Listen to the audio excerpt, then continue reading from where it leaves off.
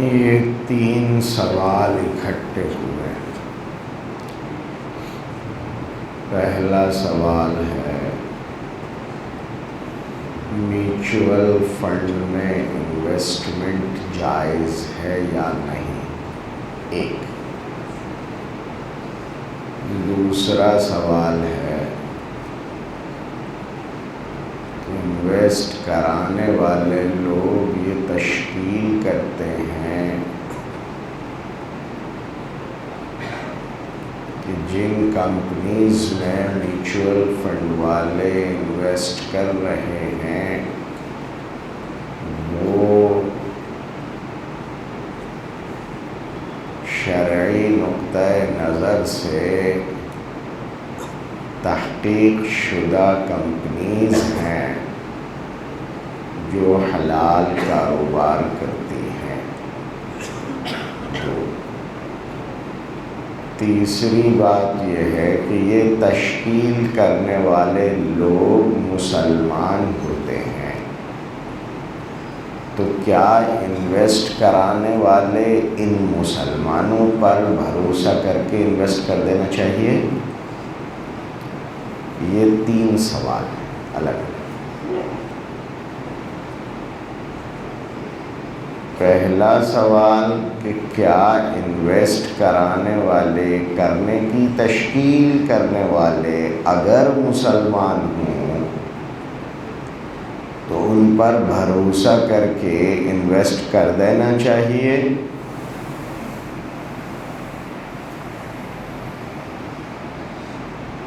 یہ مسئلہ پریشان کن ہے۔ کسی کے صرف مسلمان ہونے کی وجہ سے اس پر بھروسہ کر کے انویسٹ کرنا یہ غلط ہے۔ صرف شرط لگی ہے، انویسٹ کرنے کی تشکیل کرنے والے سچے صحیح تحقیق شدہ لوگ ہونے چاہیے، ساتھ ساتھ وہ مسلمان بھی ہوں اور ان کی تحقیق بھی ہو گئی ہو تو بہتر ہے۔ جب یہاں پرائیویٹ انشورنس کمپنیز آئیں، بینکس آئے، پرائیویٹ بینکس، انہوں نے مارکیٹ کی R&D کی تو معلوم ہوا کہ مسلمان بینک اور انشورنس سے دور ہے اس کے مذہب میں ناجائز ہونے کی وجہ سے۔ اب ان پرائیویٹ کمپنیز کو یہاں کاروبار کرنا تھا تو انہوں نے یہی سافٹ ٹارگیٹ ڈھونڈا اور اپنے یہاں مسلم امپلائیز کو بہت زیادہ جگہ دی۔ اب جب مسلم امپلائیز آ گئے اور ان کو ٹارگیٹ دے دیے گئے تو انہوں نے سب سے پہلے جو حملہ کیا وہ اپنے رشتہ داروں پر کیا، ان کے اکاؤنٹس کھلوائے، اور مطلب جو کل تک منع کرنے والے تھے جب انہی کو تشکیل کرنے والا بنا دیا تو انشورنس کرانے کے لیے انہوں نے دباؤ بنایا اپنے رشتہ داروں پر، اپنے تعلق داروں پر، اپنے دوست احباب پر، کیونکہ فگر پورا کرنا ہے ان کو۔ اب وہ مولانا تو بیچارہ ایک کونے میں بیٹھا رہ گیا، جب جاؤ تب بتائے، یہ تو گھر پہنچیں، اور چونکہ ان کو اپنی نوکری کرنی ہے اس لیے جتنے حلال کی باتیں ہو سکتی ہیں وہ سب حرام راستے سے انجام دے لیں اور لوگوں سے کہیں کہ دیکھو آپ کسی نہ کسی طرح انویسٹ کرو، تقریر اتنی شاندار کریں کہ گھر والے بھی مطمئن، خاندان بھی مطمئن، قوم بھی مطمئن۔ کمپنیز کو یہ فائدہ ہو گیا کہ یہ قوم پوری کی پوری ونچت تھی تو اکٹھی مل گئی۔ ہر جگہ صرف مسلمان ہونے کی وجہ سے بھروسہ نہیں کر لیا جائے گا، تحقیق ضروری ہے۔ ایک بات۔ دوسری بات یہ ہے کہ کچھ ایسی گروپس ہیں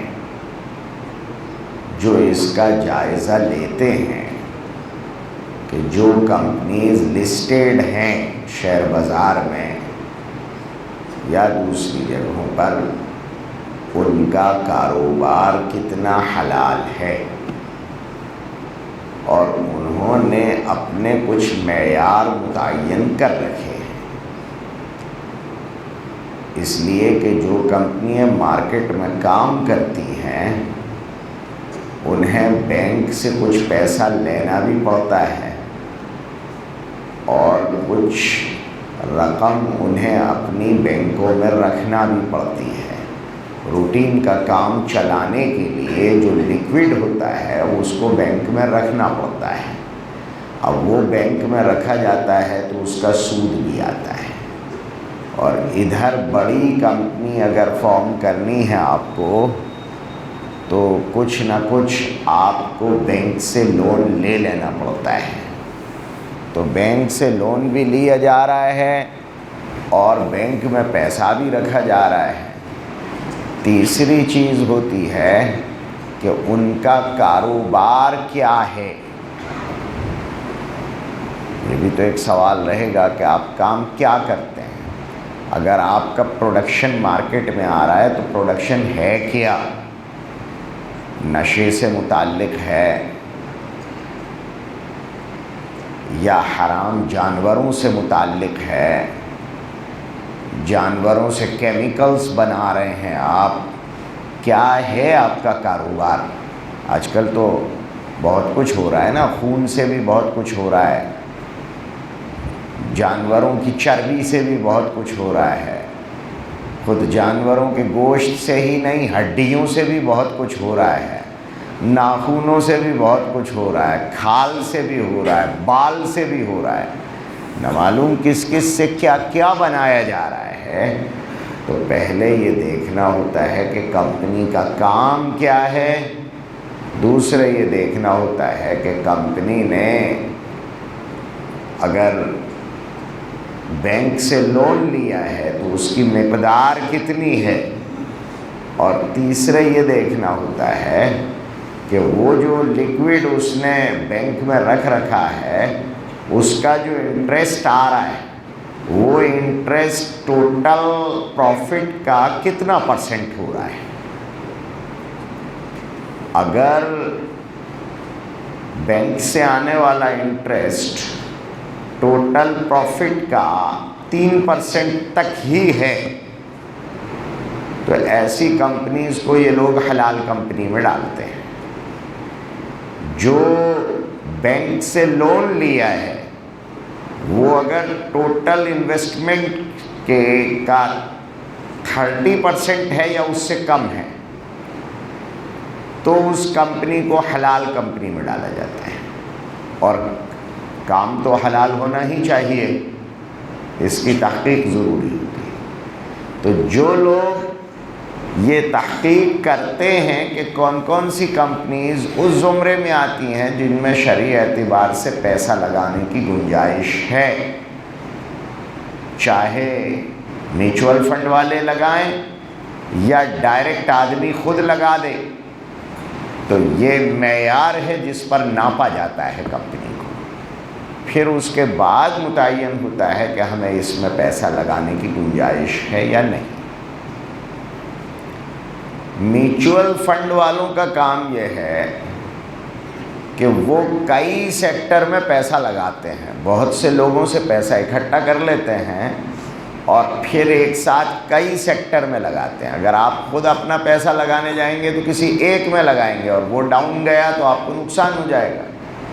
وہ لوگ ایسا نہیں کرتے ہیں، وہ 1000 1,00,000 لوگوں سے انہوں نے پیسہ لے لیا اور پھر ان کے ایکسپرٹس بیٹھتے ہیں اور وہ کئی سیکٹرز میں تھوڑا تھوڑا انویسٹ کرتے ہیں اور اس میں بھی حدیں رکھتے ہیں۔ اگر کسی ایک سیکٹر میں انہیں نیچے اترتا ہوا نظر آ رہا ہے تو فوراً پیسہ وہاں سے نکالتے ہیں اور فی الفور وہ پیسہ بینک میں رکھ دیتے ہیں تاکہ بہت زیادہ ہچکولا پروفٹ کے وقت میں نہ لگے۔ تو وہ بینک میں رکھنا پڑتا ہے ایسے وقت میں، ان کا قانون بنا ہوا ہوتا ہے۔ اس لیے میوچول فنڈ والوں کا یہ دیکھنا ہوگا کہ وہ ایکویٹیز ہی میں لگا رہے ہیں۔ نمبر 2 یہ کہ وہ پیسہ ان کمپنیز میں لگا رہے ہیں ایکویٹیز کی جن کو لوگوں نے حلال کام کرنے والا قرار دیا ہے۔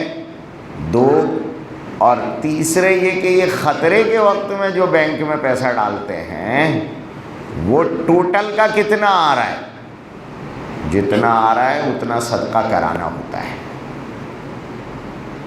یہ ٹیکنیکل چیزیں ہیں، جو لوگ اس میدان کے ہیں وہ تو اس کو جانتے ہیں، جو لوگ اس میدان سے بالکل ناواقف ہیں ان کے لیے یہ سر سے بہت اوپر کی ہو جاتی ہے۔ لیکن یہ کہ یہ اصول ضابطے ہیں تب ہی ہم انویسٹ کر پاتے ہیں۔ جو اتنے ہوشیار ہیں کمپنیز کے پروفٹ پر، انویسٹمنٹ پر اور تحقیقات پر اتنی گہری جن کی نظر ہو، وہ ان میں پیسہ لگائیں اور تب بھی اپنا مین بزنس اس کو نہ بنائیں، اس لیے کہ یہاں تو ہچکولے خوب لگتے ہیں۔ اگرچہ یہ شیئر بازار کا جو نقصان آپ لوگوں کو بتلایا جاتا ہے کہ سینسیکس اتنا گرا اور اتنے لاکھ کروڑ کا نقصان ہوا، اگر سچے معنی میں اتنا نقصان ہو جائے تو ملک کی اکانومی کولیپس کر جائے گی۔ یہ سچے معنی میں نہیں ہوتا، یہ لوگوں سے دھوکہ ہوتا ہے۔ یہ جو ہچکولا لگتا ہے یہ کاغذی ہوتا ہے۔ آپ نے کسی کمپنی کا شیئر خریدا تھا، اس وقت اس کی قیمت 100 روپے تھی، اب اطلاع آ رہی ہے کہ قیمت بڑھ رہی ہے، بڑھتے بڑھتے خبر آئی کہ اس کی قیمت 1000 روپے ہو گئی۔ اب یہ ہوا کہ کوئی منترالے زد میں آ گیا، ٹیکسٹائل والوں پر زوال آ گیا، کوئی مصیبت آ گئی، کوئی بڑے والے بیپاری پر چھاپا پڑ گیا، کہیں کوئی قانون بدل گیا، سرکار ہل گئی، کچھ بھی ہوا تو وہ جو 1000 روپے شیئر تھا وہ گر کر 125 روپے ہو گیا۔ اب فوراً اخبار والا لکھے گا کہ نقصان ہو گیا کتنا، ایک دم 100 روپے کا شیئر تھا 1000 روپے کا بن گیا اور پھر لوٹ پھیر کے 125 روپے کا بچا، تو نقصان کتنے کا ہو گیا؟ کہ 950 روپے کا۔ اب وہ اس حساب سے اس نقصان کو کیلکولیٹ کر کے مارکیٹ کو بتلاتا ہے کہ نقصان اتنا کروڑ، اتنے لاکھ کروڑ کا نقصان ہو گیا، کیونکہ حقیقت یہ ہے کہ آپ کا شیئر جو 100 روپے کا خریدا تھا وہ ابھی 125 روپے کا ہے، تو جیب سے کسی کے سے کچھ جاتا نہیں ہے، ورنہ تو اکانومی نہیں بچے گی۔ جتنا نقصان وہ درشاتے ہیں اتنے کی آپ کے پورے ملک کی اکانومی نہیں ہوتی جتنا وہ نقصان درشا دیتے ہیں، اس لیے کبھی دھوکہ نہیں کھانا چاہیے اس سے۔ چلیے، عجیب بات ہے، اعتکاف کے سوالات کی ابتدا اکانومی کے باب سے ہوئی ہے۔ جی دانت کو کوریدنے کی وجہ سے روزے کے دوران خون آ گیا اور معلوم بھی نہیں تھا کہ خون آ گیا، تھوک نگل لیا، اس کے ساتھ جو خون نکلا ہوگا وہ بھی نگل گیا، تو اس سے روزے کا کیا ہوگا؟ جو کام اندر اندر ہو رہے ہیں ان سے کیا ہوتا ہے؟ جو باہر کے کام ہوتے ہیں روزے پر اثر ان کا پڑتا ہے، انٹرنل جو کچھ بھی ہو رہا ہے اس کا اثر روزے پر نہیں پڑتا ہے۔ جی 10 دن کا اپنے اعتکاف کرتے ہیں، 10 دن کا اعتکاف کرتے ہیں تو اس میں اپن کہاں کرتے ہیں 10 دن کا؟ کون کرتا ہے؟ پہلے سے ہی 9 دن کی نیت کر کے آتے ہیں۔ جی بلا وجہ اپن نہا لیں یا پھر کپڑے چینج کریں تو ایسا درست ہے؟ تو کپڑے تو بلا وجہ بھی چینج کرنا پڑیں گے بھائی، ورنہ بدبو آنے لگے گی، لوگ کیسے رہیں گے آپ کے ساتھ؟ نہانا درست ہے؟ کپڑے تو بدلنا پڑتے ہیں۔ جہاں تک مسئلہ ہے نہانے کا، تو نہانا کبیرہ گناہ نہیں ہے، اعتکاف میں نہانا کبیرہ گناہ نہیں ہے، اعتکاف میں نہانے سے اعتکاف نہیں ٹوٹتا۔ مسئلہ یہ ہے کہ جب آدمی مسجد میں اعتکاف کی نیت سے بیٹھ جائے تو وہ بغیر ضرورت شدیدہ کے باہر نہیں نکل سکتا مسجد کی حد سے۔ اب ضرورت شدیدہ پیشاب کرنے جانا ہے، استنجا کرنے جانا ہے، وضو ٹوٹ گیا ہے تو وضو کرنے جانا ہے، ایک شرعی ضرورت ہے اور دو جسمانی ضرورتیں ہیں۔ اگر غسل فرض ہو گیا ہے تو غسل کرنے جانا ہے، جو کپڑا جسم پر ہے اس پر غلاظت لگ گئی تو اسے دھونے جانا ہے۔ یہ تو شرعی ضرورتیں ہیں یا جسمانی ضرورتیں ہیں۔ یا بھوکا ہے بیچارہ، کوئی کھانا لانے والا نہیں ہے تو اسے کھانا لینے تو جانا پڑے گا، ورنہ تڑپ تڑپ کے مر جائے گا غریب۔ تو مرنے کے لیے تھوڑی آیا تھا اعتکاف میں، تو اس کو کھانا لینے جانا ہے۔ دیکھیے دو لفظ الگ الگ ہیں، ایک ہے کھانا کھانے جانا، ایک ہے کھانا لینے جانا۔ کھانا لینے جانا پڑے تو جا سکے گا، لا کے کھائے گا مسجد میں، لیکن لینے جا سکتا ہے۔ اگر کسی مسجد میں جمعے کی نماز نہیں ہوتی ہے اور وہاں اعتکاف کر رہا ہے تو جمعے کے دن جمعے کی نماز پڑھنے کے لیے قریب تر مسجد جس میں جمعے کی نماز ہو رہی ہو وہاں تک جا سکتا ہے، شرعی ضرورت ہے۔ تو جسمانی ضرورت یا شرعی ضرورت ہو اس کے لیے تو باہر نکل سکتا ہے، اس کے علاوہ ضرورت نہیں ہے تو باہر نہیں نکل سکتا۔ اب یہ جو غسل ہوتے ہیں مطلقاً ویسے ہی ایسا لگا کہ مجھے اب بدن دھونا چاہیے اور غسل کیا جا رہا ہے، یا جو غسل ہوتے ہیں کہ گرمی لگ رہی ہے تو مجھے غسل کر لینا چاہیے، بدن میں پسینہ بھر گیا ہے تو غسل کر لینا چاہیے، یہ ضرورت شرعیہ بھی نہیں ہے اور ضرورت جسمانی بھی نہیں ہے، یہ آپ کا شوق ہے۔ تو کیا اس شوق کے لیے آپ کو مسجد سے باہر نکلنے کی شرعی اجازت ہوگی؟ نہیں۔ اس لیے کہ غسل آپ کہاں کریں یہ بنیادی سوال ہے۔ اگر مسجد میں اندر کنواں ہے اور نالی ہے اور آپ ایک کونے میں بیٹھ کے نہا لیے مسجد کے اندر، یعنی جتنے حصے پر مسجد کی نیت کی گئی ہے اتنے میں اگر آپ نہا لیے کوئی حرج نہیں ہے، ہو گیا آپ کا غسل بھی ہو گیا۔ مسجد میں آپ نے ٹب منگایا اور اس میں بیٹھ کر آپ نہا لیے، بہت اچھی بات ہے، کوئی حرج نہیں ہے۔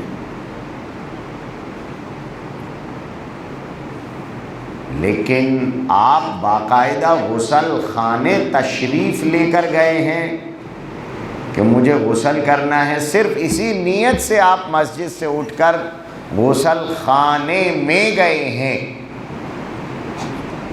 تو غسل خانہ مسجد سے باہر ہے، اور اس میں آپ نہ شرعی ضرورت سے گئے نہ جسمانی ضرورت سے گئے، تو یہ اعتکاف کو توڑے گا۔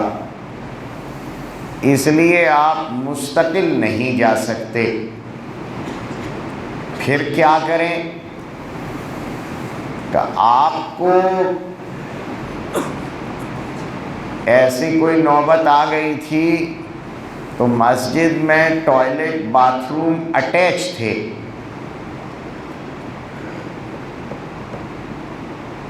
آپ نے کپڑے تو رکھ لیے کہاں؟ اپنے معتکف میں۔ آپ گئے جسمانی فراغت کے لیے، پیشاب کرنے گئے، وضو کرنے گئے یا استنجا کرنے گئے، اور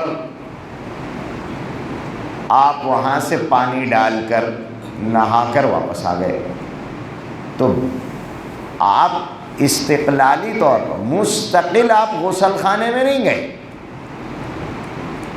آپ جس چیمبر میں داخل ہوئے ہیں وہ 2 پر مشتمل ہے. آپ وہاں گئے تھے اپنی جسمانی ضرورت پوری کرنے، پیشاب کرنے، استنجا کرنے یا وضو کرنے کے لیے، اور وہاں سے آپ پانی ڈال کے آ گئے. تو پانی تو آپ کو کچھ نہ کچھ تو ڈالنا ہی تھا. ہاتھ پہ ڈالنا تھا، جہاں سے نجاست نکلی وہاں ڈالنا تھا. ذرا آپ نے زیادہ ڈال لیا اور پورے بدن پہ ڈال کے آ گئے. اٹیچ ٹوائلٹ باتھ روم میں اگر اس طرح پانی ڈال کے آپ نہا کر آ گئے ہیں تو یہ جائز ہے. اب وہاں بیٹھ کر باقاعدہ آپ لگے گھسنے کے لیے، تو یہاں بیوٹی پارلر تھوڑی کھلا ہے. پانی ڈال لو، تھوڑا بہت ململا لو، آ جاؤ بس. لیکن یہ گنجائش اس طرح نکلی ہے. اس لیے آپ نے دیکھا ہوگا کہ کچھ ٹوائلٹ باتھ روم جو ہیں اٹیچ بنائے جاتے ہیں مستقل. اب مفتیوں کے اسی مشورے کے تحت بننے لگے ہیں جگہ جگہ. جی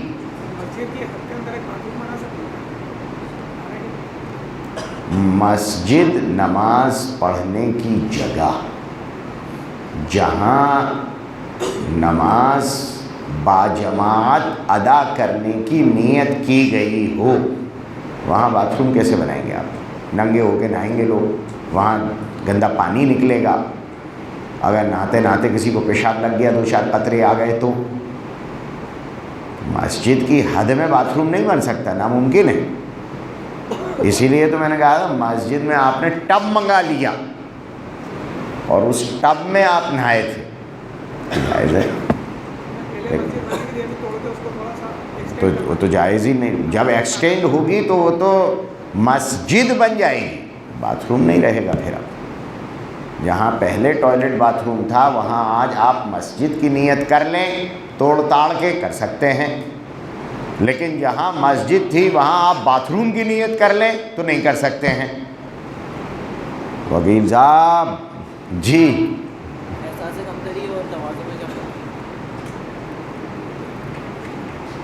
یہ ایک سوال آیا ہے کہ احساس کمتری میں اور تواضع میں کیا فرق ہے؟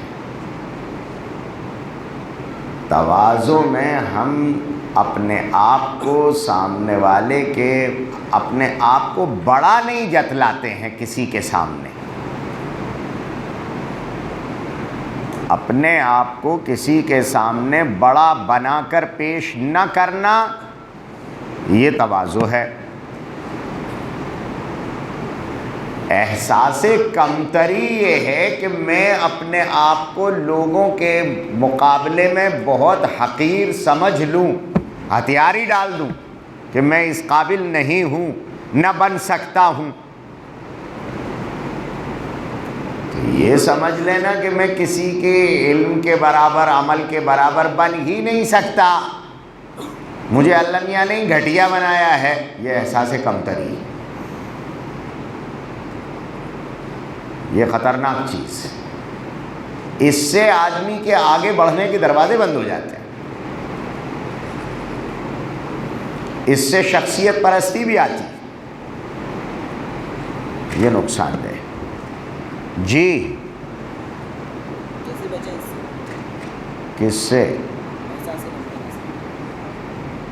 جس کو یہ خیال ہے کہ مجھے احساس کمتری سے بچنا ہے، وہ احساس کمتری میں مبتلا ہی نہیں ہے. جب تک اس میں یہ حوصلہ موجود ہے کہ مجھے احساس کمتری سے باہر نکلنا ہے، تب تک وہ احساس کمتری کا شکار ہے ہی نہیں.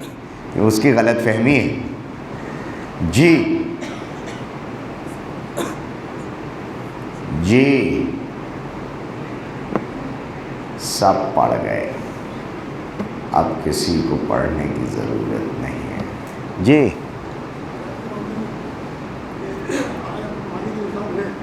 جی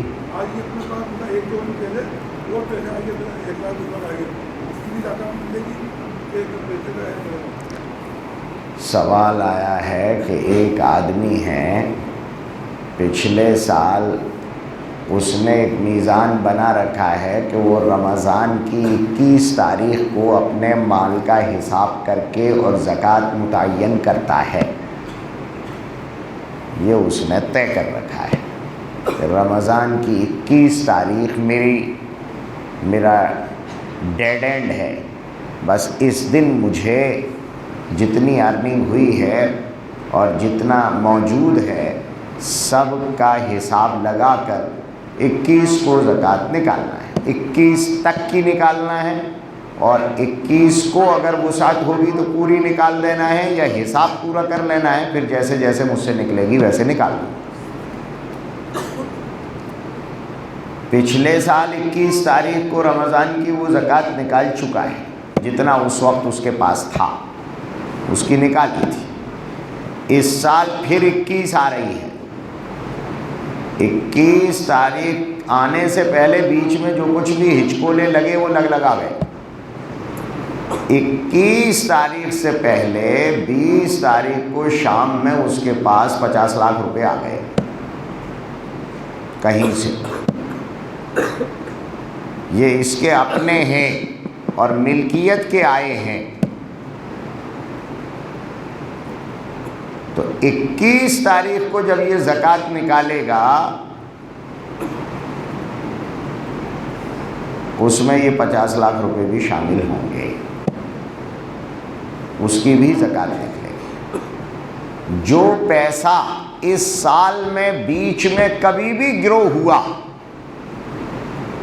اس پر الگ سے سال نہیں گزروایا جائے گا بلکہ پرانے کے ساتھ اس کو شریک کر لیا جائے گا اور سب کی زکوٰۃ 21 تاریخ کو نکل جائے گی. 1 مہینے پہلے آیا, 9 مہینے پہلے آیا, 11 مہینے پہلے آیا, 8 دن پہلے آیا, 10 گھنٹے پہلے آیا, سب کو شریک کر لیا جائے گا اور ایک ساتھ سب کی زکوٰۃ نکالی جائے گی. جی 1.5 کروڑ کا نکال لیا, اب اس کا پیمنٹ پورا کرنا ہے 6 مہینے بعد, ابھی 1 کروڑ روپے پاس کرا کے تو زکوٰۃ دینا ہے یا وہ پیمنٹ میں جائیں گے؟ وہ 6 مہینے کے بعد کیوں دینا ہے؟ سودا ایسا ہوتا ہے کہ ساتھ فل پیمنٹ وہ قبضہ دے گا 6 مہینے بعد.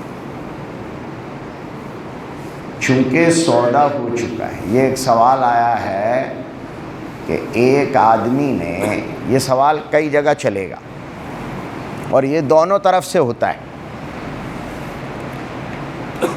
سوال یہ ہے کہ ایک آدمی نے کوئی کام کرایا ہے اور اس کے پیسے دینا ہے, ابھی دیے نہیں ہیں اور زکوٰۃ دینے کی تاریخ آ گئی. تو جو پیسے اس کے ذمے واجب الادا ہیں ان پر بھی زکوٰۃ نکلے گی یا ان کو ہٹا کر باقی پر زکوٰۃ نکلے گی؟ مکان بنوایا ہے, ٹھیکیدار نے بہت سارا کام کر لیا, اس کا قرض ہے ہم پر جو ہمیں دینا ہے, کچھ شرطوں کی وجہ سے پیسہ دیر سے دیا جائے گا, بس اتنا ہی ہے, لیکن قرض ہے, واجب الادا ہے یہ رقم ہم پر. یا اسی طرح کوئی چیز خرید لی ہے اور اس کی قیمت واجب الادا ہے, ابھی دی نہیں ہے ہم نے, وہ پیسہ ہمارے پاس رکھا ہے اور زکوٰۃ دینے کا زمانہ آ گیا. اور آگے بڑھ جاؤ, حج کا فارم بھرا ہے, ایگریمنٹ اس سے ہو چکا ہے, اب وہ کہہ رہے ہیں مجھے قسطوں میں پیسہ دے دو. اگر وہ پہلے دن پورا لیتا تب بھی دینا پڑتا, چونکہ وہ قسطوں میں مانگ رہا ہے. ہم 1 قسط 2 قسطیں دے چکے ہیں, 1 باقی ہے, اب ہمیں 2 لاکھ روپے دینا ہے اس کو. اس بیچ میں تاریخ آ گئی ہے زکوٰۃ ادا کرنے کی, تو کیا یہ مکان کی قیمت, زمین کی قیمت, یہ ٹھیکیدار کے پیسے, مزدور کے پیسے اور یہ حج والے کے پیسے، ان پر بھی زکوٰۃ نکلے گی یا یہ تو پورے ہی نکلنے والے ہیں تو ان پر زکوٰۃ نہیں ہوگی؟ چونکہ یہ پیسہ واجب الادا ہو چکا ہے، ایگریمنٹ ہو چکا ہے، تو یہ تو واجب الادا رقم ہے، کسی وجہ سے کچھ تاخیر سے دی جا رہی ہے، لیکن دینا ہے پوری رقم۔ تو جو پوری ہی رقم دی جانے والی ہو اور اس کا دینا تاریخ آنے سے پہلے متعین ہو چکا ہو، اس پر سے زکوٰۃ نہیں دی جاتی ہے۔ مفتی صاحب اگر سودا کینسل ہو جائے، ایک سال رکھ کے سودے دیا، پیسے واپس آتے ہیں، جب پیسے واپس آئیں گے تو اس کی زکوٰۃ دی جائے گی۔ جس دن سودا کینسل ہوگا اسی دن تمہارے 1 کروڑ کی زکوٰۃ لازم ہو جائے گی۔ جی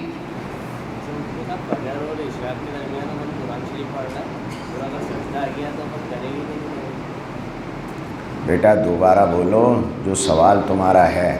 فجر اور عشاء کے درمیان اچھا قرآن شریف پڑھ رہا تو اگر اس میں سجدہ آ گیا تو اپن کریں گے کہ نہیں؟ دیکھو یہ سوال آیا ہے کہ فجر کی نماز کے بعد اور اشراق کا وقت شروع ہونے سے پہلے پہلے سجدہ تلاوت کا حکم کیا ہے؟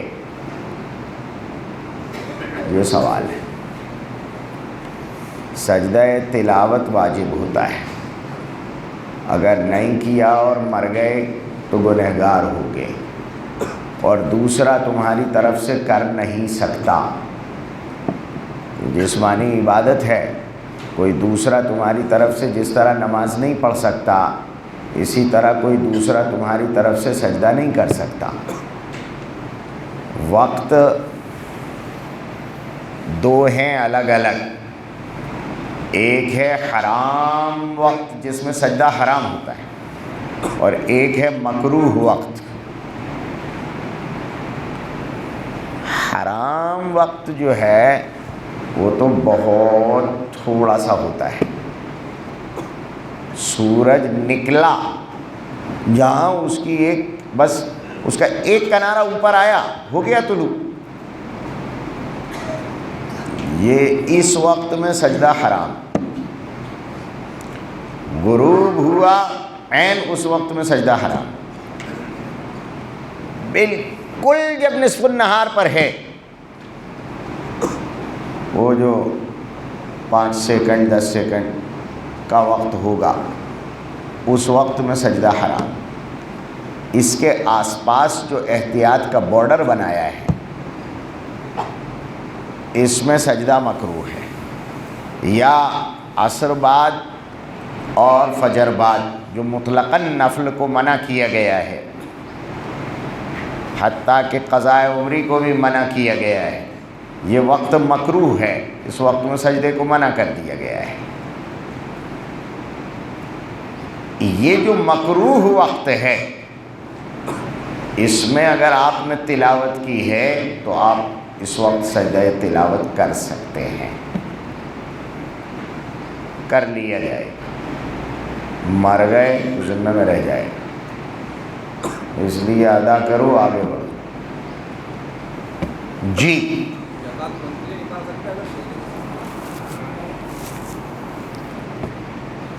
یہ ایک سوال ہے کہ زکوٰۃ منتھلی نکالی جا سکتی ہے کیا؟ اصلاً دیکھیے جو سیلری آئی اور جو خرچ ہو گئی اس پر کوئی زکوٰۃ نہیں ہوتی ہے شرعی اعتبار سے۔ آپ صدقہ نکالیں بہت اچھی بات ہے، اگر آپ نے فرض سمجھ کر نکال دیا تو جو 2.5% کا فیگر شرعی اعتبار سے ہے وہ تو زکوٰۃ فرض ادا ہو گئی، اور اس کے علاوہ جتنا بھی ہے وہ سب نفل صدقہ خود بخود بن جاتا ہے۔ منتھلی نکالنے کے 3 طریقے ہیں۔ ایک یہ ہے کہ مجھ پر زکوٰۃ فرض ہوگی 1 لاکھ روپے، اب اگر سال کے آخر میں حساب لگاؤں گا اور 1 لاکھ روپے کی زکوٰۃ آئے گی تو پسینہ آ جائے گا۔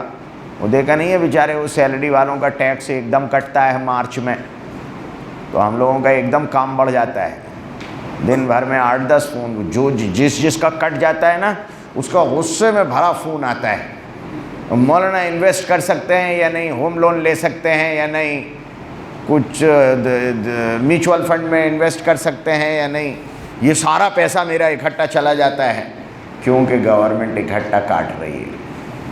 پتہ نہیں اکٹھا کیوں کاٹتے ہیں، مہینہ مہینہ کاٹ لو بھیا، تاکہ اس کو بیچارے کو کچھ تو مل جائے۔ پتہ لگا جتنی سیلری ہے پوری ہی کٹ گئی، اس مہینے میں سیلری نہیں آئی، جو تھی سبھی چلی گئی۔ تو وہ جو اب ایسا ہی اگر زکوٰۃ میں ہو رہا ہے کہ 1 لاکھ روپے زکوٰۃ نکل رہی ہے، 2 لاکھ روپے نکل رہی ہے، 2.5 لاکھ روپے زکوٰۃ نکل رہی ہے، اب رمضان میں ایک دم اس کو 2.5 لاکھ روپے دینا ہے، وہ تو سیلری کا آدمی ہے بیچارہ، کیسے دے گا؟ تو وہ یہ طریقہ رکھتا ہے کہ اس کی تنخواہ ہے 1 لاکھ روپے، 1.5 لاکھ روپے، 2 لاکھ روپے، وہ 10,000 روپے مہینہ زکوٰۃ نام پر نکالتا رہتا ہے۔ اب یہ نکالتے نکالتے جب رمضان آیا تو 1,20,000 روپے تو اس کے نکل چکے ہیں۔ اب اس نے کیلکولیٹ کیا تو زکوٰۃ بن رہی ہے 1,40,000 روپے۔ اس نے اس مہینے میں اس مہینے کے ملا کر 30,000 روپے اور نکال دیے، بات ختم ہو گئی اس کی۔ تو وہ جو ایک دم برڈن آنے والا تھا 1.5 لاکھ روپے کا، وہ اس کا 30,000 روپے میں نمٹ گیا، کیونکہ وہ ہر مہینے ادا کر رہا تھا۔ جب ٹی وی قسطوں پر، فریج قسطوں پر، واشنگ مشین قسطوں پر، مکان قسطوں پر، گاڑی قسطوں پر، بیوی قسطوں پر، سبھی کچھ قسطوں پر مل رہا ہے، تو زکوٰۃ بھی قسطوں میں نکال دو، ہو جائے گا۔ یہ ایڈوانس نکال دی اس نے۔ اس نے 2 باتیں کی، ایک تو زکوٰۃ قسطوں میں نکالی، دوسرے زکوٰۃ ایڈوانس نکال دی۔ سال کا آخر آئے گا تب اس پر زکوٰۃ فرض ہوگی، لیکن وہ پہلے سے ہی نکالتا چلا آ رہا تھا تھوڑی تھوڑی۔ یہ طریقہ سب سے اعلیٰ طریقہ ہے۔ اگر اس طرح زکوٰۃ نکالی جاتی رہے تو زکوٰۃ بھی بوجھ نہیں لگتی، وہ ہر مہینے کی ترتیب پر نکلتی چلی جاتی ہے۔ ایک طریقہ تو یہ ہے۔ دوسرا طریقہ یہ ہے کہ مجھے کیلکولیشن سے کوئی واسطہ نہیں ہے، نہ میرے پاس اتنا سب ہے، میرا تو اپنا نظام ہے کہ میں تو جو کچھ کماتا ہوں اس کا 2.5% نکال دیتا ہوں، اس کے بعد ہی اپنا خرچ کرتا ہوں۔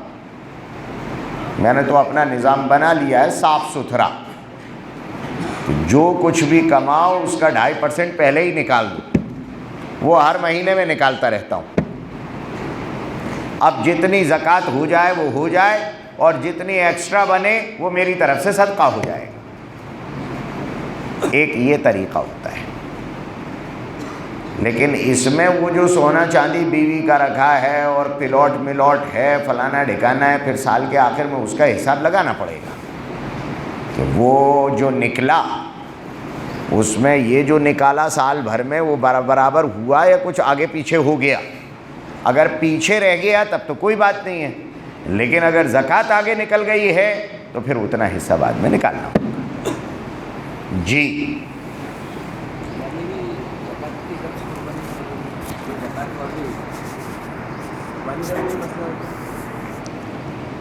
قربانی ان لوگوں پر تو فرض ہوتی ہی ہے جن پر زکوٰۃ فرض ہوتی ہے، لیکن قربانی اور بھی زیادہ لوگوں پر فرض ہو جاتی ہے۔ رینٹل پراپرٹی میں زکوٰۃ نہیں ہوتی، قربانی ہوتی ہے۔ جو پراپرٹیز یوز میں نہیں آ رہی، کرایہ آ رہا ہے، بہت سارے کپڑے رکھ رکھے ہیں۔ آج کل تو بڑے بڑے لوگ کپڑے کرائے پہ چلاتے ہیں، ایک شادی میں بنوا لیتے ہیں، 8 10 20 50 شادیاں کراتے رہتے ہیں، اور جو کرائے پہ لے جانے والے دولہا دلہن ہیں وہ بھی ان کو دھوتے بھی نہیں ہیں، وہی پسینے والے کپڑے پہن لیتے ہیں۔ وہ جو پرانے دولہے کا پسینہ تھا وہی ادھر آتا ہے، چلتا رہتا ہے، بعد میں کھال کی بیماریاں بھی لگتی ہیں، اللہ جانے کیا کیا ہوتا ہے، اللہ حفاظت کرے۔ لیکن یہ طریقہ ہے پرانا، یہ طریقہ ہے پرانا۔ حضرت عائشہ صدیقہ رضی اللہ تعالیٰ عنہ فرماتی ہیں کہ میرے پاس ایک زمانے میں ایک کرتا تھا، جب کسی کی شادی ہوتی تھی تو وہ دلہن مجھ سے مانگ لے جاتی تھی. پھر بعد میں جب اسٹینڈرڈ آف لیونگ بڑھا تو ایک زمانہ آ گیا کہ حضرت عائشہ فرماتی تھی کہ اب وہ کرتا میں اپنی باندی کو دیتی ہوں تو وہ بھی پہننے کو تیار نہیں ہوتی. جو دلہنیں پہنا کرتی تھی، فرق ہوتا ہے نا، زمانہ تبدیل ہوتا ہے، حالات بدلتے ہیں. تو جو رینٹل پراپرٹی ہے اس پر زکوٰۃ نہیں ہوتی، قربانی لگتی ہے. تو قربانی زکوٰۃ سے تھوڑی آگے کی چیز ہے. ایکسٹرا جو چیزیں پائی جا رہی ہیں ان میں زکوٰۃ چاہے لگے نہ لگے قربانی لگ جاتی ہے. جی